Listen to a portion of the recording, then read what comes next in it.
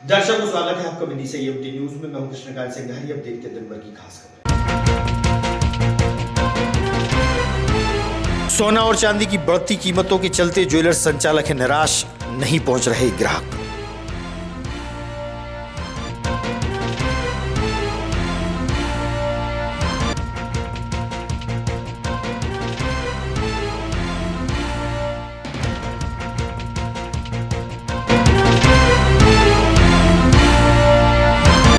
श्री हरिवृद्धाश्रम के बुजुर्गों को भोजन प्रसादी कराकर एक परिवार ने मनाया अपने बच्चे का जन्मदिन। बुजुर्गों के बीच बांटी खुशियां।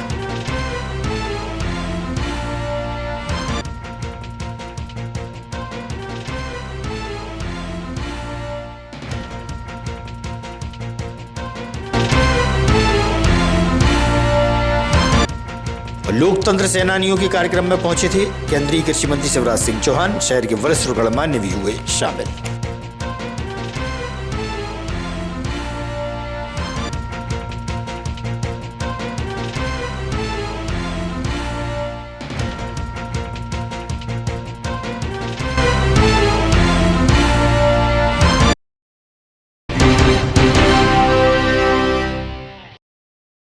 अब खबर विस्तार से। दिवाली के खास त्योहार पर ज्वेलर्स संचालक ने बताया कि सोना और चांदी की कीमतों में बेतहाशा वृद्धि के चलते आम आदमी की खरीद से सोना चांदी की दूरी बन रही है।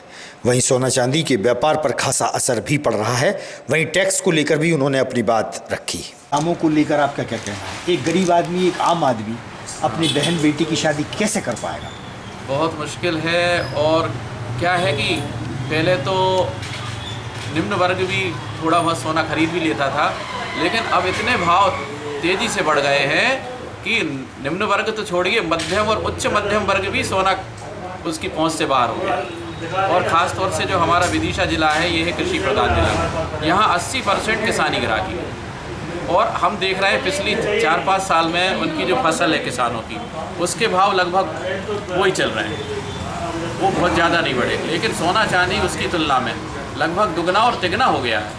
तो अब हमको ये आशा ही नहीं रही कि फसल आने के बाद, धान की फसल आने के बाद हमारा व्यापार कैसे क्या चलेगा। बिल्कुल अनिश्चितता बनी हुई है। अभी तक पहले हमारे पास दिवाली से पहले कम से कम 50% ऑर्डर की बुकिंग हो जाती थी शादी की। इस बार 1% भी हमारे पास कोई ऑर्डर नहीं। तो इसका असर समाज में ज़बरदस्त है। और कृषि प्रधान जिले होने के नाते आपने अभी एक बात कही थी, तो भाई साहब ये जैसे अभी आपने टैक्स को लेकर भी अभी आपने कहा, तो ये दाम अगर बढ़े हैं सोने चांदी के, तो टैक्स गवर्नमेंट ले रही है। एक्चुअली क्या है कि हमारा जो स्टॉक वैल्यूशन है वो काफ़ी बढ़ गया है, दुगना तिगना हो गया है पिछले साल से। तो भले ही हमारी बिक्री नहीं है, इसके बाद भी हमको इनकम टैक्स में टैक्स भरना पड़ रहा है। जो मतलब वैल्यू ज़्यादा बढ़ गई हमारे स्टॉक की, उस पर हमको टैक्स लग रहा है। मतलब रखे हुए माल पे हमको टैक्स देना पड़ रहा है। तो तर्क संगत ये न्याय संगत बात है कि ये बिल्कुल भी तर्क संगत और न्याय संगत नहीं। क्योंकि कल के दिन यदि भाव कम होती है, डाउन हो जाता है, तो क्या हमको सरकार टैक्स का पैसा वापस करेगी? तो ये एक बड़ा विषय है। ये एक बहुत बड़ा विषय है। ये सभी सोने चांदी के व्यापारियों पे इसका प्रभाव पड़ रहा है। अपनों से त्रस्त श्री हरिवृद्धाश्रम के वृद्धजनों को एक परिवार द्वारा बच्चे के जन्मदिन के अवसर पर भोजन प्रसादी कराई गई। सभी बुजुर्गों को स्वादिष्ट भोजन परोसा और चरण स्पर्श कर उनका आशीर्वाद भी लिया। भारतीय संस्कृति की परंपराओं का निर्वहन इस परिवार द्वारा किया गया और खुशी खुशी बच्चे का जन्मदिन बुजुर्गों के बीच मनाया।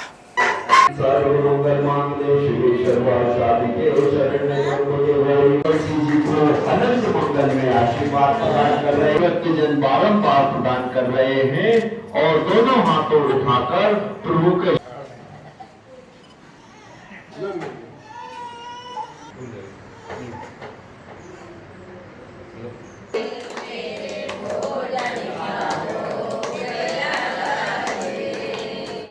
यहाँ पर जो अपनों से ठुकराए हुए जो माता और पिता है, उन लोगों को हम अपना परिवार मानते हैं। आज बच्चे के जन्मदिन के उपलक्ष्य में बच्चे को आशीर्वाद प्रदान करने के लिए, करवाने के लिए यहाँ पर आए और जरूरतमंद लोग हैं उनको भोजन की व्यवस्था करवाइए और उनका फूल माला से स्वागत किया, जिससे नए संस्कार भी बच्चे में आएंगे। एक और जहां भारतीय संस्कृति का पतन हमको दिखाई देता है, वृद्धाश्रमों में बुजुर्गों की संख्या बढ़ रही है, वहीं इस प्रकार के परिवार और खास बात यह है कि ये आर्थिक रूप से बहुत कमजोर परिवार था। तो ऐसा नहीं कि बहुत ज्यादा सक्षम परिवार हैं और वृद्धाश्रम में भोजन करा रहे हैं, लेकिन मन की बात है कि एक गरीब परिवार के द्वारा इस तरीके की पहल नई पीढ़ी के लिए निश्चित ही एक प्रेरणा का कार्य कर रही है। आत्मनिर्भर भारत अभियान के तहत भाजपा कार्यालय में प्रेस वार्ता का आयोजन किया गया। भोपाल सांसद आलोक शर्मा, विदिशा विधायक मुकेश टंडन सहित पार्टी के वरिष्ठ व युवा नेता शामिल थे।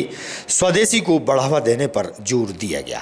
मुकेश तिवारी जी, हमारे जिले के मीडिया प्रभारी देवू भाई, देवू वंशी जी, और हमारे विदिशा के लोकप्रिय विधायक भाई मुकेश टंडन जी, भाई मुकेश तिवारी जी, हमारे जिले के मीडिया प्रभारी देवू भाई, देवू वंशी जी, और हमारे विदिशा के लोकप्रिय विधायक भाई मुकेश टंडन जी।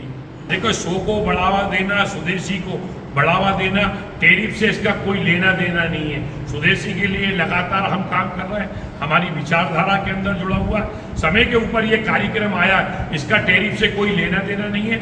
और हमारा ये मानना है कि हम हमारे भारत को हम आत्मनिर्भर कब करेंगे। आज जब हम आने वाले समय में हम आज़ादी का अमृत महोत्सव मनाने जा रहे हैं, इसलिए हमको कहीं ना कहीं आत्मनिर्भर होना पड़ेगा। इसलिए आज हमारा देश हर क्षेत्र के अंदर तरक्की कर रहा है। आज हमारा देश दुनिया के अंदर सबसे युवा देश है।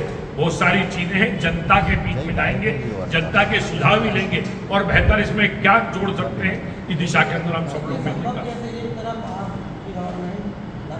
प्राइवेटाइजेशन कर रही है सरकारी सेक्टर का, और दूसरी तरफ प्राइवेट सेक्टर में एफडीआई आ रही है। एनडीए की सरकार बनी।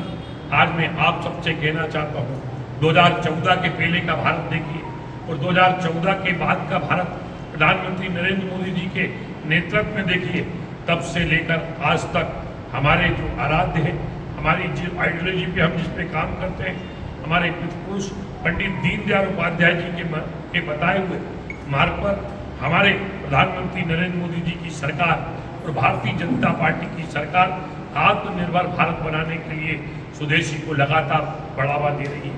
आज हम जब इतिहास पर नज़र डालते हैं तो पता चलता है कि 19वीं शताब्दी के अंत और 20वीं शताब्दी की शुरुआत में स्वदेशी आंदोलन ने बंगाल विभाजन के विरोध में और बहिष्कार से लेकर महात्मा गांधी की रचनात्मक कार्यों तक स्वतंत्रता संग्राम में ऊर्जा भर दी थी। अगर आज हम सब लोग बैठकर देश के अंदर ये विचार करें तो महात्मा गांधी के चरखा आंदोलन से लेकर प्रधानमंत्री नरेंद्र मोदी जी के आत्मनिर्भर भारत अभियान ने देश को एक नई दिशा दी है, देश को एक अलग प्रकार की ऊर्जा दी है, देश को एक अलग प्रकार की पहचान दी है।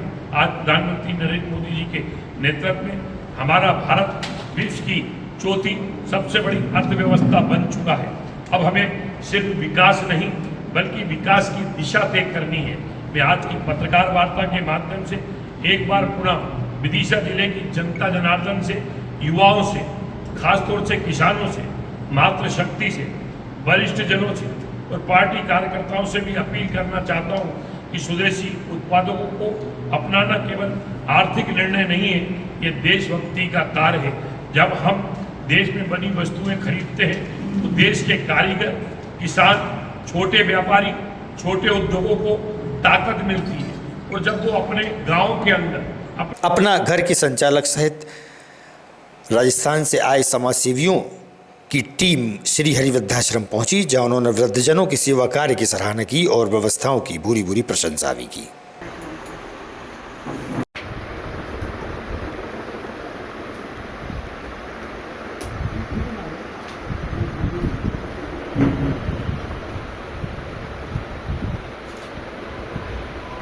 हिंदुस्तान ही नहीं अपितु संपूर्ण विश्व में बड़े ही सम्मान के साथ आपको याद करा जाता है। आपकी गौरव में कार्य जो पीड़ित मानवता के कल्याणार्थ आप कर रहे हैं, ऐसा आशीर्वाद आप श्री हरि वृद्धाश्रम में जो पधारे थे वो कौन है, कहाँ से आए थे और उनके द्वारा क्या गाइडलाइन दी और देश के अंदर उनका क्या एक स्थान है।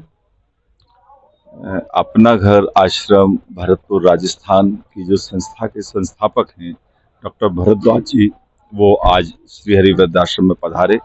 सभी माता पिता दादा बाबूजी का उन्होंने आशीर्वाद लिया और यहाँ की सेवा शुश्रूषा देखकर उन्होंने तारीफ भी की, कुछ मार्गदर्शन भी किया और हम कोशिश करेंगे कि उनके द्वारा जो मार्गदर्शन किया गया उस मार्ग पर चल सकें। विदिशा के श्रीहरि वृद्धाश्रम में विजिट किया, कैसा लगा आपको यहाँ पर? यहाँ की सेवाएं अच्छी हैं। माँ बाबूजी की सेवा जो हो रही है हर जगह ऐसी, हर देश में, हर शहर में होनी चाहिए। वैसे तो इनके जो पुत्र पुत्री हैं उनको ही सेवा करनी चाहिए, लेकिन जिनका कोई नहीं है उनके लिए ऐसे स्थान भी होने चाहिए। और यहाँ पर जो सेवा हो रही है, अच्छी सेवा हो रही है। हम परमात्मा से प्रार्थना करते हैं कि हम माँ बाबूजी जो रह रहे हैं उनके जीवन में कभी भी तकलीफ ना आए, वो खुश रह पाएँ, अच्छी तरह रह पाएँ। सर, आज की युवा पीढ़ी को किस तरीके का आप थोड़ा सा संदेश देंगे ताकि आज जो बुजुर्ग लोग हैं, माता पिता हैं, उनको इस तरीके से ना छोड़े और उनकी सेवा भाव करें, तो क्या संदेश देंगे? माता पिता का कोई विकल्प नहीं है, इस बात का हमें एहसास होना चाहिए। जो भी युवा हैं, जो भी अपने माता पिता को विषम हालातों में कहीं छोड़ना चाहते हैं, वृद्धाश्रम में छोड़ना चाहते हैं या उनसे किसी भी तरह पीछा छुड़ाना चाहते हैं, इस परिपाटी से दूर रहें। ये हमारी संस्कृति नहीं है, ये हमारा धर्म नहीं है। हमारा धर्म और संस्कृति इस बात को कहती है कि हमारे माता पिता पूजनीय हैं और भगवान का स्वरूप हैं। जैसे हम भगवान की पूजा करते हैं वैसे ही माता पिता की पूजा करनी चाहिए, सेवा के माध्यम से। उनके ज़रूरत के समय में उनकी आंखों से कभी भी उनको ओझल नहीं होना चाहिए।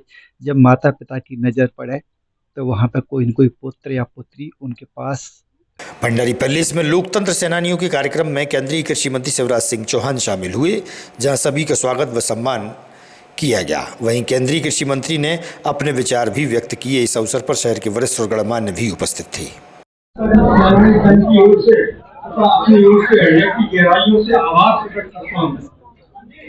तो अभी तक घुटने और कोहनियां दुखती है, इतने लठ मारे थे।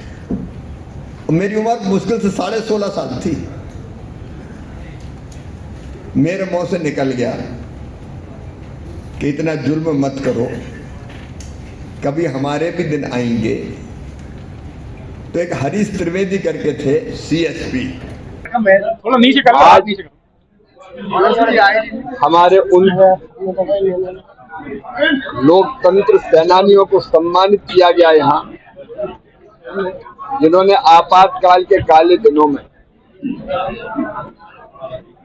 लोकतंत्र को बचाने के लिए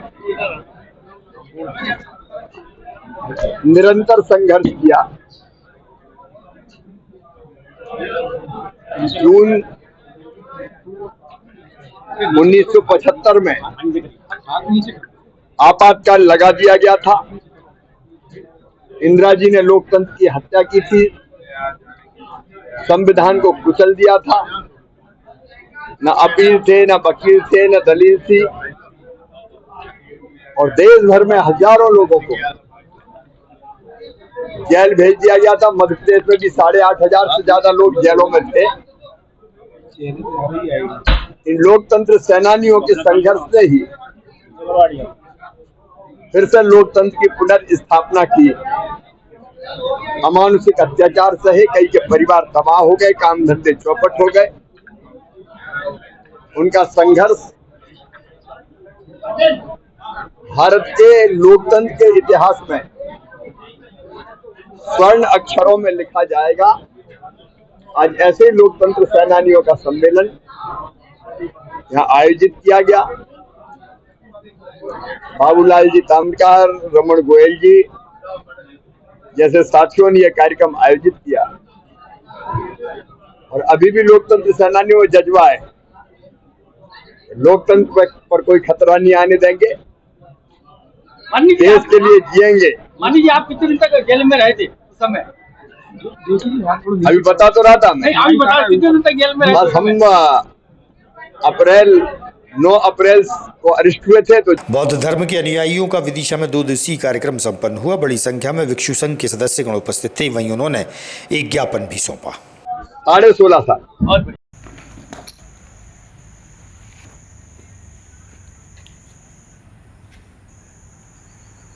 तो किस उद्देश्य को लेकर आप यहाँ पर आए थे और क्या स्थिति निर्मित हो जाएगा? आज हम अभी कलेक्टर कार्यालय में उपस्थित हैं। हमारा 2 दिवसीय बौद्ध महासम्मेलन विदिशा के मेवाराम प्रसाद गार्डन में चल रहा था। कल सुबह हमारी धम्म यात्रा विदिशा शहर में निकली और आज सुबह ही हमारा 8 बजे से 10 बजे के बीच का उपसंपदा का कार्यक्रम था बेतवा तट पर, वो हुआ। उसके बाद से हमारा ये कार्यक्रम जो धम्म देशना का उसमें मेवाराम प्रसाद गार्डन में ही चल रहा था। और हमारा आज का भी निश्चित हमारा ये प्रोग्राम था कि हम रैली के माध्यम से ज्ञापन पत्र देने कलेक्टर कार्यालय के में पहुंचेंगे।